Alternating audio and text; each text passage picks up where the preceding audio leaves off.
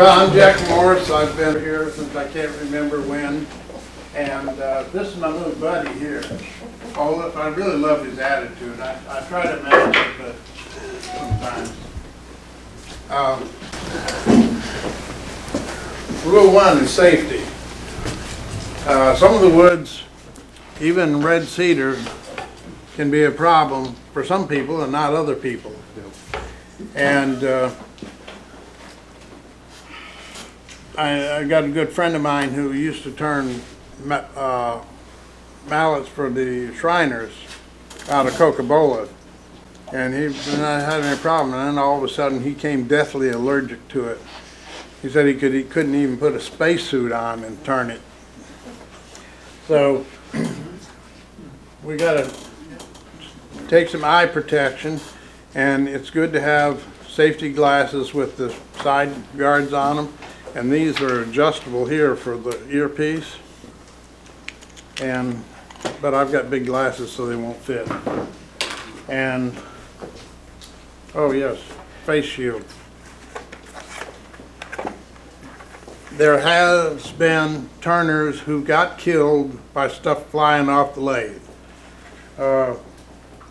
Several fairly recently.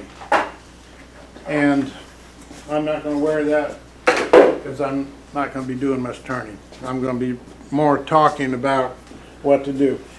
And notice here on the eye protection underneath there it says no plug-in replacements yet on eyes. So you only got 2. When you lose them, you're gone. And respirator, clean air to the lungs, loose hair, clothes, jewelry.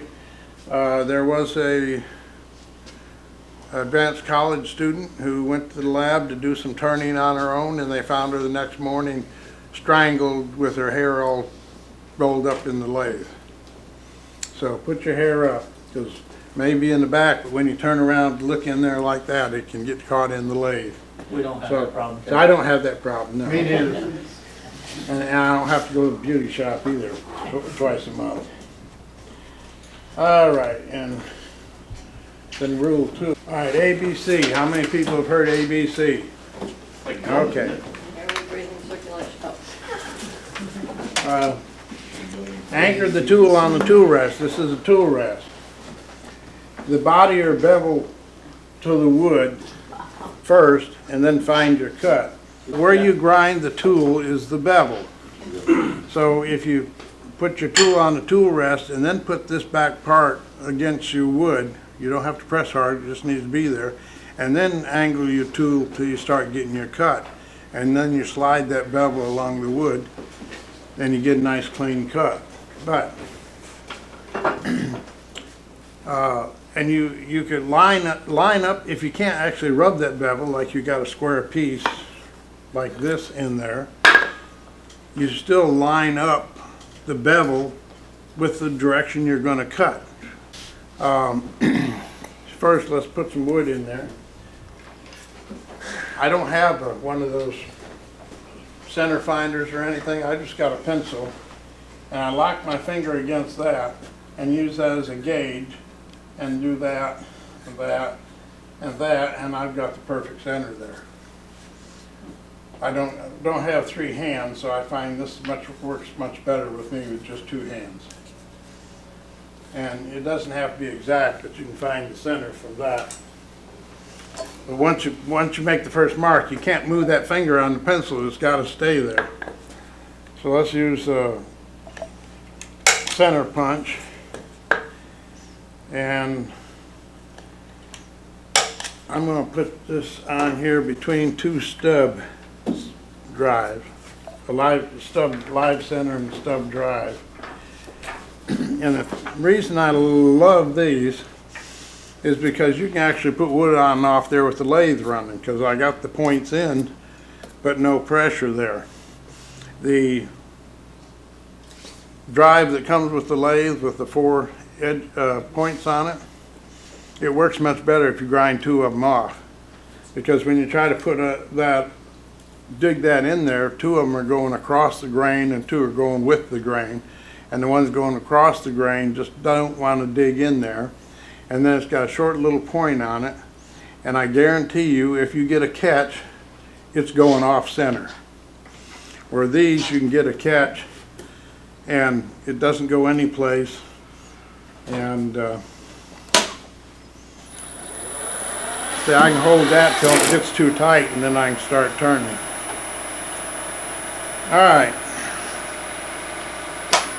Alright, everybody know how to sharpen a pencil, right? You go this way, downhill, not this way uphill, right? I use a smaller knife, Jack. Yeah, I mean, Well, I don't think that's big enough. I wanted something big enough that you could see it in the back of the room. Doubles as a skew. Yeah. Either So- that or he needs a bigger pencil. Yeah. Alright, so if you're slicing wood or carving it with a knife, you've got the knife at an angle, not straight in like this, and it slices wood. You're familiar with that? Well, that's the action of a skew chisel. That's why they call it that. It's skewed at an angle. If you got a block plane, if you push it straight, it's hard, but if you turn it at an angle, it slides right through there because it's sliding across the sharp edge. If you looked at that in a microscope, it would kind of look like a saw, hand saw. But everything does get dull. So we're going to do some turning here.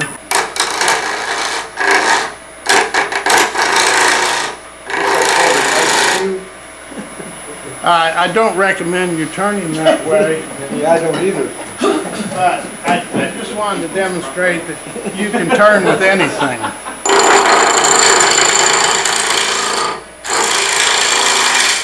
Do we need to get the safety seal, Rob?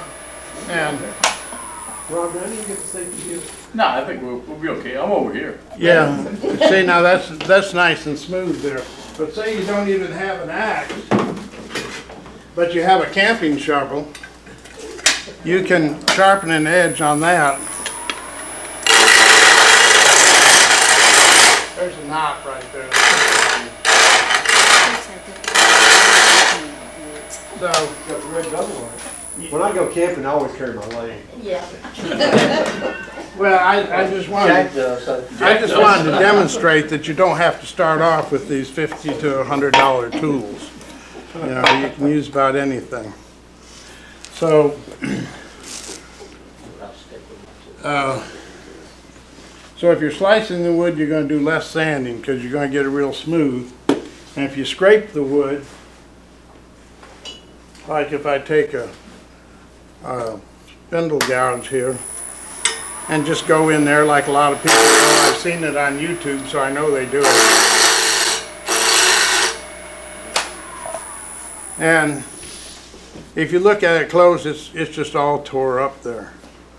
But I can take the same tool and use it like you'd use a skew.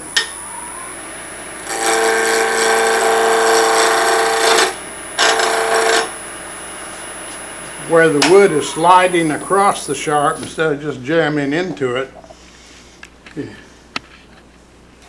You're good. Kind of bright, not showing up really good there. But on this side it's perfectly smooth, and on this side it's all tore up. So let's go with the skew. So this is a skew chisel, and it's skewed at an angle, and that's the way you use it.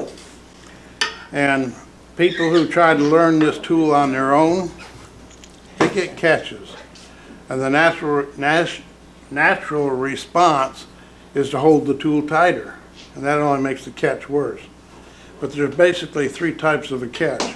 One, you let the tool slide down and the point dig in. The other, you come off the bevel and it's like cutting threads. And the other one is, all right, so right here we're square. There's the bevel, and then there's the cut.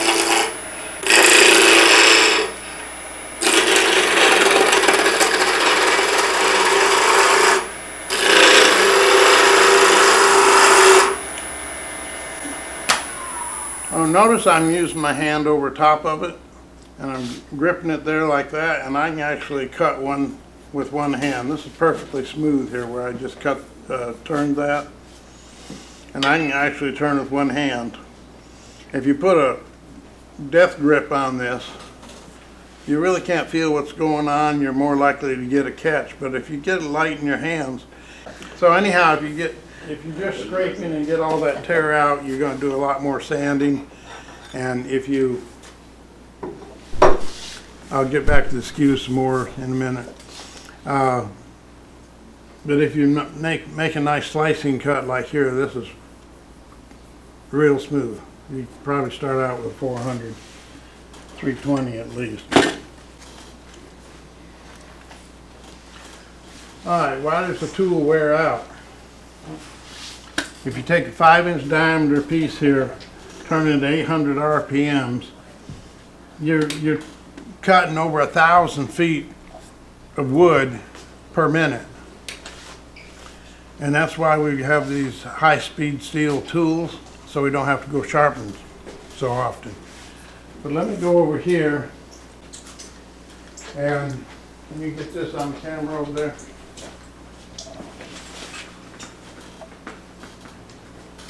He's got it. Here's a bowl job, and there's your bevel where you sharpened it. And here's the point before you use it. It wears off on the inside and the outside, and this point here is still sharp. It feels sharp to you, but it doesn't want to cut because you're rubbing the bevel here, and the sharp is no longer in line with the bevel. Everybody see that? And the more you cut, the worse it gets, and it can get to the point that it rounds off. But not only does that happen with the lathe tools, saw blades. I'm going to pass this around, but there's a quarter section here where I sharpened it, and I've got look here, and I just started sharpening it, and you can see where the blade is worn off on the top edge. So these teeth in here are set forward with really aggressive, and original carbide tools were just really straight, and then they improved the carbide. Now they've got a really sharp point on it where it's actually digging in and slicing the wood, but once it's wore off, it becomes a negative rake scraper. So I'm going to pass this around, and y'all take a look at it. Give you something to do while I'm up here making a fool of myself. Glad to see you up there, Jack. Instead of you. Absolutely. All right, the next slide. How can my gouge be dull when it feels sharp? So that's what I just went through over there. And the next one is that same drawing. Any questions there? I don't want to get ahead of anybody. I want the whole class to keep up with me. And everybody fit in the same box, right? So there is a correct way and an incorrect way to sharpen a skew. So I'm going to pass this around, and this is the correct way. It's concave, and when you sharpen it, you only hit on the diamond stone on the front and the back, and where that hollow grind is, where the red is there. So you can see where the hollow grind is on that. And let me pass that around.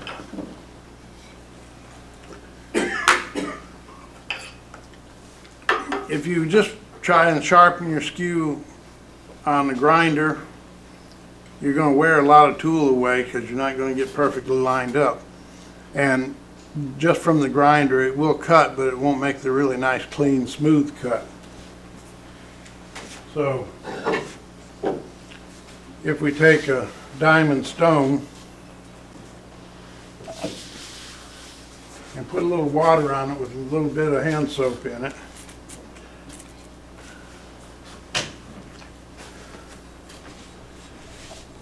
okay. All right, if you lay the skew down like this, and you'll see a shadow right there at the point, and you come up to the point that you get rid of that shadow, you can see the water kind of wash away. and just keep holding it at that same angle. Now, if you got it in line with your hand like this, you're going to naturally do this. So if you turn it kind of sideways to your hand, then you can make that stroke. And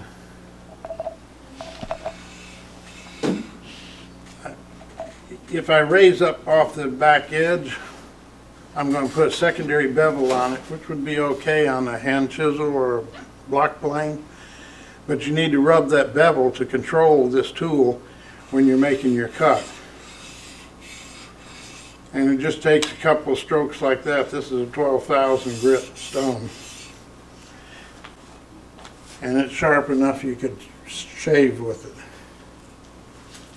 Now, how are you making the hollow grind to begin with? Yeah. You do that on the grinder, and you put it on your grinder with your sharp edge perfectly parallel, and then you move a little bit back and forth on your grinding wheel until you grind that all the way across there, and you can grind it all the way to a point, but then when you take your stone, you'll grind it back just a little bit. What I'm going to do is demonstrate the skew chisel and the really unique cuts that you can make with this tool. One is you can roll off this edge here, and you know, I notice I can take my time. There's no rush in doing that. The other cut is this V cut, and you like a teeter-totter on the tool rest. You can't just push it in, it's not going to do anything. So you got to cut off a little bit on each side.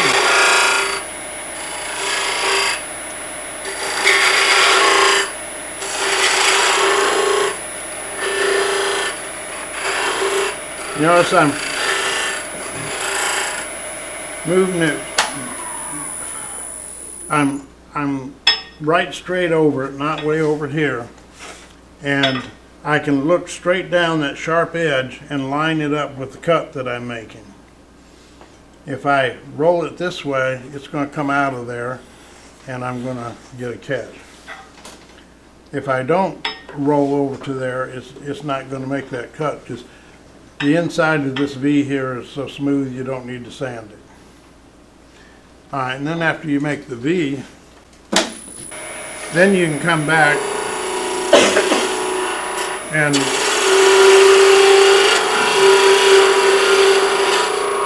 roll that in there. And that reminds me of what the other catch was.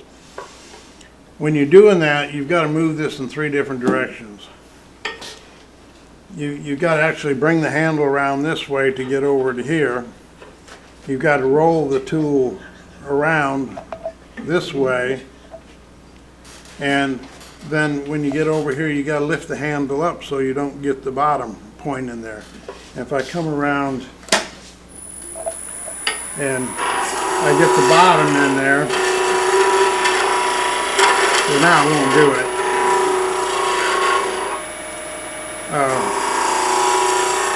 You had to ride up out of there and try to cut threads. So, like I said, people don't have the lessons, try to skew once or twice, and they get catches and they set it aside and vow never to use it again. But if you learn to use it properly, it can be your best friend, and it can make cuts that other tools are really hard to, or impossible to do it with. And then I come back on the other side and roll this down.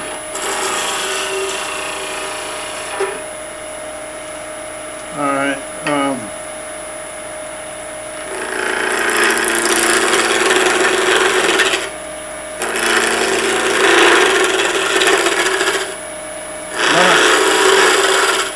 what I'm making here is a pommel cut.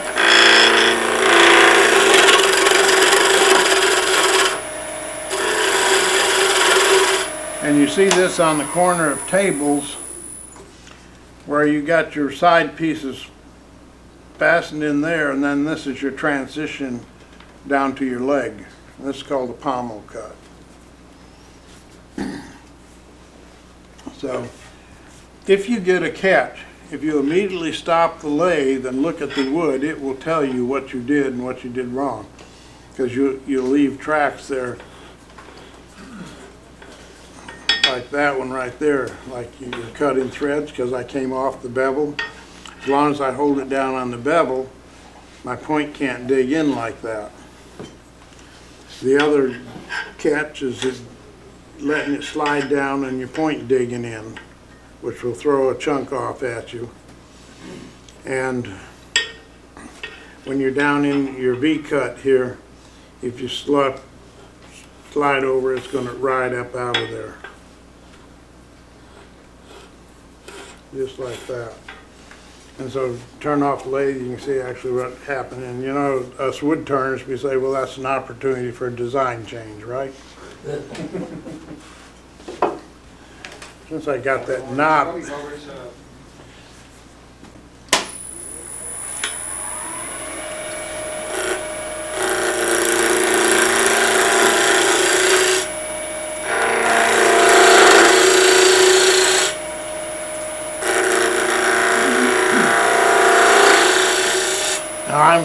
The tool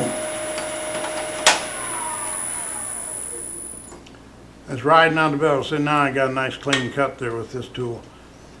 But I'm cutting on the bottom right here where the actual part of the tool that I'm using is the same angle as the skew with the wood sliding across that sharp edge.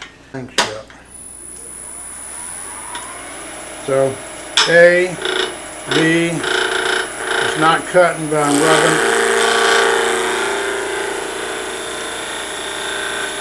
You can hear I'm rubbing the bevel. There I'm really pressing on. It's really noisy because I'm up where it's square. But as I go down here where it's more round, you see how that's quieting down.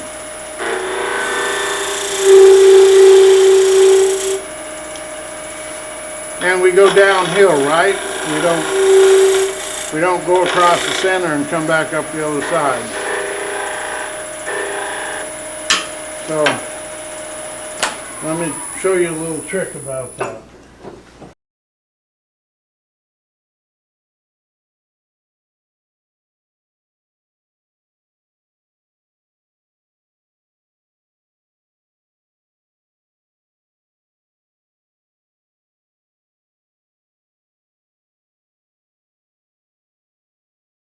All right, the next slide is take the time to learn the skew and apply its principles to all your other tools, and you'll become a better turner. You'll do a lot less sanding.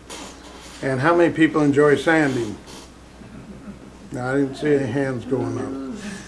I wrote an article, The Art of Sanding, and it is an art to sanding. And when I learned, I was in the grade school, and my father was in the antique furniture repairing and finishing, and me and one employee did all the stripping and sanding and everything, and my father did the spraying and picked up the money and returned the merchandise.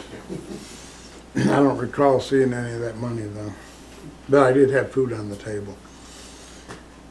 And it had to be sanded perfect. And that's one thing I really look at when I look at things other people have done, because they'll leave a scratch around it. And the way that happens is you take some sandpaper and you just hold it here while the lathe's turning. And you don't move the sandpaper, and you get a buildup on the sandpaper, and that buildup is putting scratches in there faster than you sand them out. So if you're going to sand this way, you want to keep moving your sandpaper so you're not staying in the same place. And the last thing you want to do, even if you're hand sanding, is random orbit sander, because that will confuse the eye and you can't follow a scratch line. I guess I can move on to the next slide. That's showing the proper sharpening of a skew and showing how it wears off along with the saw blade. So I already really recovered that.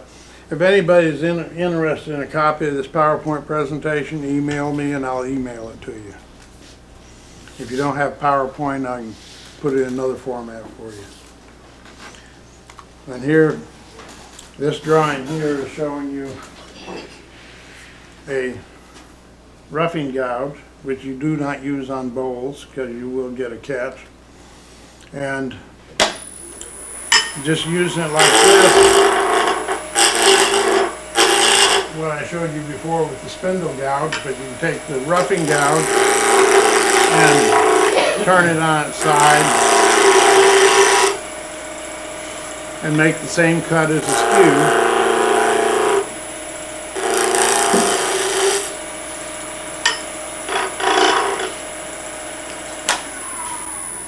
I'll pass this around.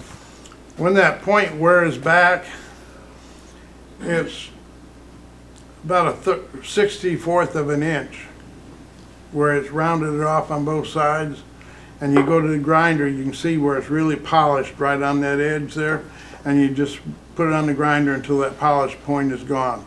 And you don't, this is, I'm going to pass these three around. This is a traditional grind on the bowl gouge. This is an Irish grind or a fingernail grind or whatever else you want to call it.